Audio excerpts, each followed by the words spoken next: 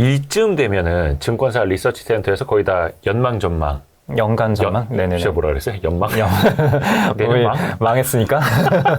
내년에 뭐가 유망해 보입니까? 라는 질문을 드렸을 때 항상 반도체가 빠지지 않는 해가 없습니다. 제 경험적으로는. 물론 이제 시총 비율이 제일 크니까 우리나라 입장에서 반도체가 가장 네, 그러니까 이게 좋아 보이기는 하는데 네. 많은 분들에게 지금이라면 좀 어떻게 보세요, 대표님은? 이게 약간 내년에. 이해상충의 문제도 좀 있을 수 있는 게 예. 반도체가 안 좋을 거다라고 전망한다는 거는 말씀하신 대로 대한민국 주식을 예. 접어야죠. 이 코스피 지수가 안 될 거다. 코스닥도 아직 반도체 비중 높으니까 네. 지수가 안 될 거다라는 얘기랑 거의 같은 얘기인 거거든요. 그러니까 이게 뭐 증권사도 그렇고 뭐 운용사 펀드팔이 하는 사람들 입장에서 반도체 안 좋을 겁니다라고 하면은 아무것도 하지 마세요라는 얘기랑 거의 같은 얘기라서 네.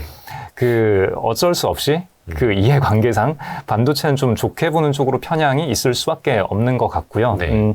그리고 좀 전에 말씀해 주신 거에서 한 가지만 조금 오해의 소지가 있을까 또 짚고 넘어가자면은 우리 또 홍진재 대표님 오해의 소지를 안 좋아해가지고. 네. 그러니까 그런 아웃퍼폼 할 수 있는 주식을 담아두는 게 펀드 매니저의 역할이고 사실 그리고 개별 액티브 투자를 하는 모든 투자자도 다 아웃퍼폼을 하고 싶은 거잖아요. 누구나. 네. 근데 이게 결과적으로 시장을 아웃퍼폼을 하는 것과 지금 내년에 아웃퍼폼을 할 수 있는 걸 목표로 포트폴리오를 구성을 하는 거는 이게 되게 다른 거거든요. 네, 되게 다른 거고.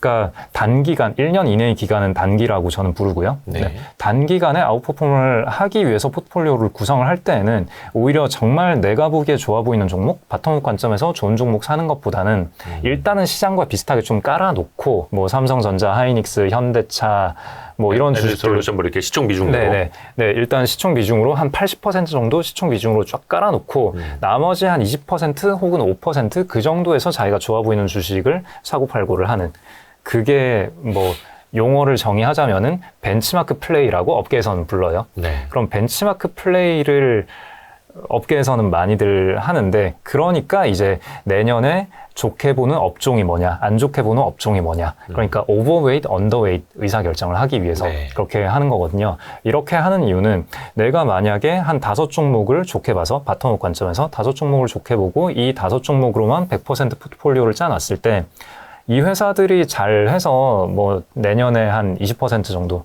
물론 5종목을 다 잘 찍었으면 50% 넘게 벌겠지만 아무튼 내가 좋게 보는 종목들을 잘 사서 잘 벌었지만 시장이 전반적으로 급등을 해버렸을 때 그러니까 내가 잘했더라도 남들은 시장에 붙여놓기만 해도 시장에 올라버리면은 내가 잘한 게 아무 의미가 없어지잖아요. 네. 그리고 혹시나 내가 틀려서 시장에 올랐는데 나는 마이너스가 났다? 그러면은 이게 비즈니스를 하는 입장에서 치명적이게 되는 거고 그렇기 때문에 내가 잘했든 못했든 그 내가 잘하고 못하고가 내 포트폴리오 전체의 성과, 시장 대비 오차가 얼마나 나는가에 미치는 그 영향력을 최소화하기 위해서 BM 플레이라는 걸 하는 거거든요. 네.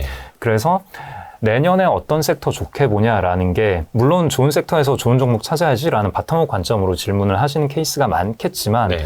거기에 대해서 대답을 하는 사람들은 기관 투자자, 뭐 애널리스트 분들이나 뭐 펀드 매니저 이런 분들이 답변을 할 거잖아요. 네. 이분들의 답변은 BM 플레이라는 관점에서의 답변을 할 거란 말이에요. 그러니까 질문하는 사람의 질문 의도와 답변하는 사람의 답변의 맥락이 좀 괴리가 많이 있을 수 있다라는 거죠. 그래서 저는 이런 질문들이 좀 오해가 있을 수 있다라고 그러니까 예를 생각을 들면 하고요. 개인 투자자 입장에서는 지금 반도체가 좋습니까라는 건 뭐 예를 들어서 삼성전자, 하이닉스가 여기에서 20-30% 더 갈 수 있겠습니까라는 함의를 담고 있는데 펀드 매니저 입장에서는 그냥 지수 이상을 따라가려면 일단 삼성전자, 하이닉스를 깔아놓고 가야 됩니다라는 게 안에 내포되어 있다. 그렇죠. 네. 전자닉스는 지금 뭐 그다지 나쁘게 볼 필요가 없을 것 같고요. 만약에 이런 답변을 했다라고 하면은 그 답변은 전자가 마이너스 날 수 있지만 이거 가지고 있다고 해서 지수를 대단히 언더퍼폼 하진 않을 것 같다. 그리고 삼성전자가 달려서 반도체가 달려서 지수를 견인할 것 같다라는 대단한 확신도 없다. 실상은 대충 이런 대답인 거거든요. 그러니까 삼성전자, 하이닉스 비워놓고 갈 수가 없어요. 그렇죠. 이거. 맞아요. 그 얘기인 거예요. 비워놓고 가는 거는 저희 커리어에 리스크가 큽니다. 예, 제 책상을 제 자리가 빠질 수 있는 거기 때문에 저는 비워둘 수 없습니다. 이 얘기인 건데 그거를 이제 반도체 이제 반등하나 보다. 요렇게 듣는 사람은 받아들일 수가 있어가지고 예, 그런 이제 온도차가 좀 있다. 그럼 요거는 네. 이제 오해의 소지를 우리가 다 네. 제거를 했고. 네. 그러면 이제 여기에서부터 반도체는 우리가 전통적으로 우리가 분석을 할 때는 당연히 수요 생각을 하고 네. 뭐 서버, PC, 스마트폰 뭐 이 서버부터 그 수요부터 생각을 하고 그 다음부터 요즘에 보는 뭐 HBM이라든지 AI 수요 이런 거 생각을 하고 그러면 이제 공급은 어떻게 될 거냐 기계적으로 이런 걸 생각을 하지 않았습니까? 네. 대표님이 보시기에는 물론 이제 그걸 깔고 보실 텐데 2023년이면은 조금 더 나아질 거라고 보세요. 특히 이제 주가 측면에서. 예, 그렇죠. 그 마지막 그 멘트가 중요한 거잖아요. 네. 주가 결국 그거 측면에서. 알고 싶어서 네. 물어보는 거죠. 뭐. 네. 그래서 일단은 드리고 싶은 말씀은 그렇게 섹터별 주가를 예측하는 능력은 저에게는 없다라는 말씀을 먼저 드리고 싶고요. 네네. 네. 그래서 어쨌거나 질문 주셨으니까 답변을 드리는 그럼요. 건데 여기서 또 막 뜬구름 잡는 얘기하면서 저는 그런 거 답변 못하고 이러면 또 재미없잖아요. 네. 그러니까 질문 주셨으니까 답변은 드리는 건데 뭐 제가 대단히 다른 사람 대비 통찰력이 있다. 뭐 그런 건 아니다. 그냥 남들이 딴 데서 흔히 들을 수 있는 얘기 드릴 거예요. 네. 일단 이런 걸 전제로 하고 네. 답변할까요? 아니면 그냥 넘어가도 되고요. 이게 오해의 네. 소지를 네. 없애기 위해서. 네. 아니, 그러니까 뭐, 무슨 뭐 별거 없네. 뭐 이러실 수 있을 것 같아서. 네. 진짜 별거 없거든요. 그러니까 일단은 중요한 거는 이제 주가라는 거는 펀더멘탈의 흐름과 그 다음에 거기에 대한 사람들의 기대치. 뭐 요 두 가지로 볼 수 있는 거잖아요. 네네네. 그래서 펀더멘탈 흐름으로 보면은 저는 당연히 좋아진다라고 보고요. 네. 뭐 반도체가 올해 대비 내년에 더 안 좋을 거다라고 보는 사람 혹시 있나요? 아직까지는 뭐, 최근에 그 송명석 의원님이 네. 조금 이제 내년에 만약에 수요가 생각처럼 살아나지 않으면 뭐 않을 수도 있고. 요즘에 옷도 잘 안 조금, 팔리고 있고 하니까. 예, 네. 그래서 조금 좀 보수적으로 보신다 하더라고요. 네네. 수요는 뭐 좀 우려를 하긴 해야 되는 걸 텐데, 뭐 일단은 뭐 이번에 엔비디아 실적도 나왔지만, 뭐 인공지능 쪽은 수요가 너무너무 강하고, 그 다음에 뭐 그러니까 다 아는 얘기라서 그냥 빠르게 말씀드릴게요. 네.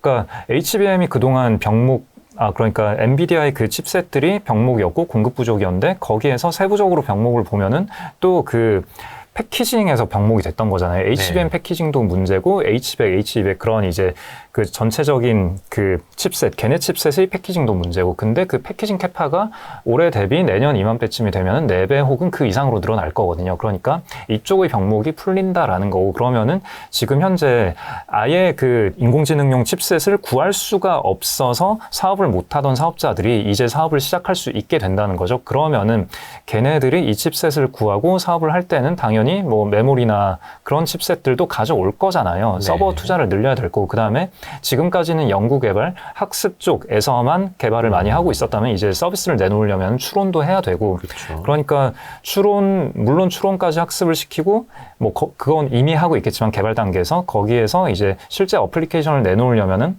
학습은 학습이고 추론은 이제 추론을 해야 될 그 연산량이 확 늘어날 거잖아요. 그러려면 서버 트래픽을 확보를 해야 될 거고 그 서버 트래픽에 대응하기 위해서는 메모리 칩도 당연히 있어야 될 거고 그러니까 그게 또 이런 서비스를 하는 그 서버 투자하는 업체들을 보면 이 회사들이 또 사이클이 있어요. 네. 그러니까 한번 그 메모리 투자, 서버 투자를, 하드웨어 투자를 엄청 많이 했다가 이거 너무 과한 것 같아. 이제는 알고리즘으로 우리가 소프트웨어 단에서 이걸 좀 더 최적화를 할 수 있을 것 같아. 그러던 시기가 있고 그 다음에 그 소프트웨어 최적화도 한계에 다다를 때가 있거든요. 그러면 이제는 어쩔 수 없이 또 하드웨어 캐파를 늘려야겠다. 그렇게 사이클이 왔다 갔다 하기 때문에 근데 지금 현재 어떤 사이클에 있냐라는 거는 뭐 아마존이나 마이크로소프트 그런 회사들 실적 발표 IR 행사 때 보면은 그런 스크립트가 다 나오거든요. 네네. 이제 하드웨어 캐파를 이만큼 늘리려고 한다. 그런 쪽으로 보면은 이제는 또 소프트웨어 단으로 하기에는 약간은 한계에 다다른 모습들이 약간씩 보이고 있고 그러니까 인공지능 쪽 메모리 쪽 이쪽에서 서버 쪽의 수요는 뭐 늘어나는 쪽으로 보는 게 거의 뭐 확률 90% 정도이지 않을까라고 생각을 하고 근데 중요한 거는 이게 현재 전체 캐파에서 차지하는 게 메모리 회사들 입장에서는 전체 캐파에서 차지하는 게 크지가 않고 여기서 이제 두 가지를 볼 수가 있는데 그러면 이제 레거시 캐파들 PC나 모바일이나 뭐 이런 데서 수요가 늘어날 것이냐 그리고 두 번째는 이거는 몇몇 리포트에서 많이 볼 수 있는 얘기인데 그 HBM 쪽 그 캐파 대응을 하느라 기존 레거시 캐파를 잠식을 해야 되는데 어쨌거나 설비를 뜯어서 이쪽으로 돌려야 될 거잖아요. 근데 그게 생각보다 되게 커요. HBM 쪽 하나 대응을 하려면은. 크다라는 이야기는 뭐 시간이나 비용이 공간도 네, 물리적인 공간을 HBM 쪽으로 돌리려면 공간을 좀 많이 잡아먹어요. 그러니까 결국 아까 말씀하신 대로 메모리 업황은 수요 공급이잖아요. 네네네. 근데 HBM이 늘어나면서 HBM은 수요만의 얘기가 아니라 공급을 잠식하는 효과가 생각보다 꽤 크다라는 거죠. 그러니까 그러니까 여기서 말하는 레거시라는 거는 스마트폰이나 모바일, PC 네네. 아니면 전통적인 서버에 들어가는 것. 이거를 AI 서버용 HBM 만드는데 그 공정을 많이 돌리게 되면 자연스럽게 이쪽은 감산 효과가 더 강해진다. 그렇죠. 수요는 당연히 늘어나는 건데, 그리고 수요는 이제 그쪽 단의 병목이 풀리면서 사업자들이 서비스를 많이 내놓을 거기 때문에 서버 쪽의 수요가 늘어날 건데, 거기에 더해서 공급을 잠식하는 효과가 부가적으로 함께 붙는다. 근데 이게 생각보다 클 수 있다. 네. 그렇고요. 그래서 이제 공급단 얘기 먼저 했고, 그럼 수요단에서도 이게 의외로 이유는 모르겠지만 이번에 모바일 쪽이 수요가 좀 돌고 있거든요. 돈다라는 뜻은 이제 좀 그러니까 스마트폰이 팔린다. 그렇죠. 휴대폰 부품 회사들이 실적이 의외로 나쁘지 않았어요. 그러니까 이거는 근데 만약에 그냥 단순한 재고 사이클일 수 있고요. 그래서 이게 살짝 돌았다가 사실 모바일에서 이제 대세 상승, 막 급등 뭐 이런 게 나오기를 기대할 수는 없잖아요. 그러니까 네네네. 이거는 결국은 한 6개월에서 길게는 2년 정도 텀의 재고순환 사이클이라고 보면 될 건데, 재고순환 측면에서 최근에 이제 재고가 많이 쌓여 있었고, 또 경기 침체 우려도 작년 말에 워낙에 컸고 하니까 다들 재고를 안 쌓고 있다가 다시 재고를 쌓기 시작한다라고 하면 그것만으로도 수요가 약간은 반등을 할 수가 있고요. 그 다음에 지금 PC 사이클이 가장 안 좋은 사이클인 거죠. 네. 근데 그것도 결국은 뭐 컴퓨터 안 쓸 수는 없기 때문에 시간이 지나면 해소가 될 거고, PC 사이클을 견인하는 거는 결국은 게임인데, 네. 대작 게임이 나와야 하는 건데, 요즘에 또 보면은 일단 과거에, 그러니까 PC 수요를 견인했던 대작 게임이 2016, 17에 그때 오버워치랑 배틀 그라운드. 배그 하려고 저도 PC 샀습니다. 네네. 그게 나오고 나서, 그러고 나서는 그 이후에 사실, 2020년 요때에는 PC 수요가 돌면 안 되는 때였는데, 그때 코로나 때문에 집에서 재택근무하느라 PC 수요가 한 번 돌았던 거잖아요. 그렇죠. 그러니까 이연 수요를 굉장히 많이, 그러니까 땡겨온. 예, 미래의 수요를 현재로, 이연 수요의 반대죠. 뭐라고 해야 되죠? 아무튼 미래 수요를 현재로 땡겨온 게 되게 컸고, 2020, 21까지. 네. 그러면 22, 23은 그렇게 누적된 잠재 수요를 다 잠식했던 때였고, 근데 그 수요가 어디 가는 게 아니잖아요. 그러니까 24, 25, 26 정도 되면은 2016, 17년 PC 사이클이 이제 또 돌 때가 되긴 했거든요. 특히 그때 또 대작 게임이 나온다면. 네, 그래서 이제 게임 쪽에서 이제 흥행하는 게임이 PC방 순위라던가 아니면 그래서 흥행하는 게임이 나오는데 그런 게임들이 하드웨어 고사양을 요구하느냐 아니냐. 그걸 보시면은 PC 수요도 볼 수 있을 거고요. 배틀그라운드 이후에 LOL이 엄청 흥하긴 했지만 LOL이 고사양을 요구하는 게임은 아니었거든요. 네, 그렇기 때문에 수요를 견인하지 못했는데, 근데 사실 최근에 게임 트렌드는 이제 아예 PC 자체가 아니라 게임 플랫폼 자체가 PC에서 콘솔로 넘어가고 있기 때문에 대작 게임이 나온다라고 해서 이게 PC를 견인할 거다라는 거는 좀 올드한 관점일 수는 있어요. 그렇지만 어떻게 될지 모르는 거고, 아직도 많은 사람들은 PC로 게임을 하긴 하니까 요것도 일단은 주목해야 할 관전 포인트 하나 정도는 될 수 있을 것 같아요. 모바일과 PC의 수요. 네, 또 그런 게 있죠. 전장, 그놈의 전장. 자동차 전장. 네, 자동차 전장이 항상 얘기는 나오지만 전체 수요에서 차지하는 비중이 크지가 않거든요. 근데 야금야금 늘어나고는 있고, 그래서 이게 또 이제 2020년에 PC 수요가 워낙에 컸었기 때문에 네. 자동차가 인도 기간이 엄청 느려졌잖아요. 코로나 때. 네, 코로나 때. 네, 코로나 때 자동차가 2021년, 22년 이때는 중고차 시세가 완성차보다 훨씬까지는 아니고 아무튼 완성차보다 더 높기도, 예, 오히려 더 높기도 했었거든요. 완성차는 하이브리드나 슈퍼카 네. 이런 것들. 네. 그냥 일반 양산차여도 거의 1년 기다리고 그랬어요. 예, 맞아요. 네. 그 시기에 차 구매를 고민해 보셨으면은 진짜 뭐야 이거 이랬을 건데. 돈 있어도 못 사는. 네. 그게 부품 수급이 지금은 거의 다 풀렸고, 그 당시에 반도체 수급이 안 됐던 게, 물론 비메모리 쪽, 인피니언이라던가 그런 자동차 쪽 하는 쪽 회사들이 많이 하긴 했었는데 메모리 회사들 쪽에서도 PC 수요가 좋다 보니까 그 전장 쪽으로 하던 거를 메모리 쪽, 그러니까 PC 쪽으로 약간 전용을 한 것도 있긴 있었거든요. 그렇게 들었습니다. 네. 근데 이제 그게 다시 자동차 쪽으로 돈다. 다시 이제 캐파를 그쪽으로 돌린다라고 하면 이 또한 레거시 쪽의 수요 공급을 약간은 잠식하는 효과가 또 있을 수가 있고요. 그래서 내년은 수요 공급 측면에서 봤을 때는 뭐 아까 말씀하신 대로 전반적인 경기 침체, 수요 급감 뭐 이게 아니라면은 안 좋게 볼 이유가 과연 있는가. 근데 세부적으로는 그런 거지. 이제 펀더멘탈리는 사실 이건 어려운 게임이 아닌데, 그러니까 어려운 질문이 아닌데 중요한 건 사람들의 기대치가 어디까지 가 있냐라는 거고. 근데 사실 올해 반도체 주식들은 상당히 수익률이 좋았고, 그다음에 지금 제가 읊은 것들, 이런 것들은 반도체를 보시는 분들은 다 알고 계신 거란 말이에요.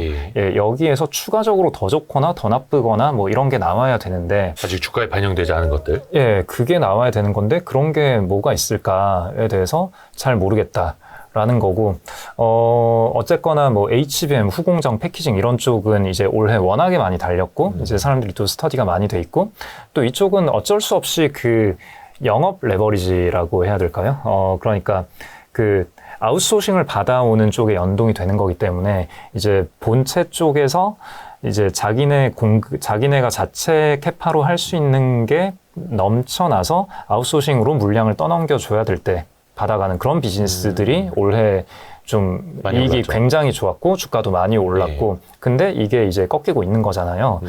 그 말인즉슨 단기간의 펀더멘탈 측면에서의 수요 공급이 캐파 부족이 어느 정도 해소가 되고 있다는 거고, 그리고 뭐 그렇다고 해서 지금 캐펙스 투자를 또 반도체 업체들이 많이 늘릴 것도 아니고 그러면은 캐펙스에 연동되는 장비 업체들은 쉽지 않을 테고, 근데 올해 장비 업체들은 은근히 나쁘지 않았고, 근데 뭐 소재 쪽들 그런 그 가동률에 연동되는 회사들은 실적도 부진하고 주가도 부진했었는데, 그러면은 그 아주 상식적인 아이디어로 보자면은, 그러니까 이건 저의 통찰력이 아니라 그냥 아주 상식적인 관점에서 내년은 그러면 이제 가동률 올라가는 거에 이제는 좀 베팅을 해볼 때도 되지 않았나? 뭐 이런 생각을 해볼 수는 있겠죠.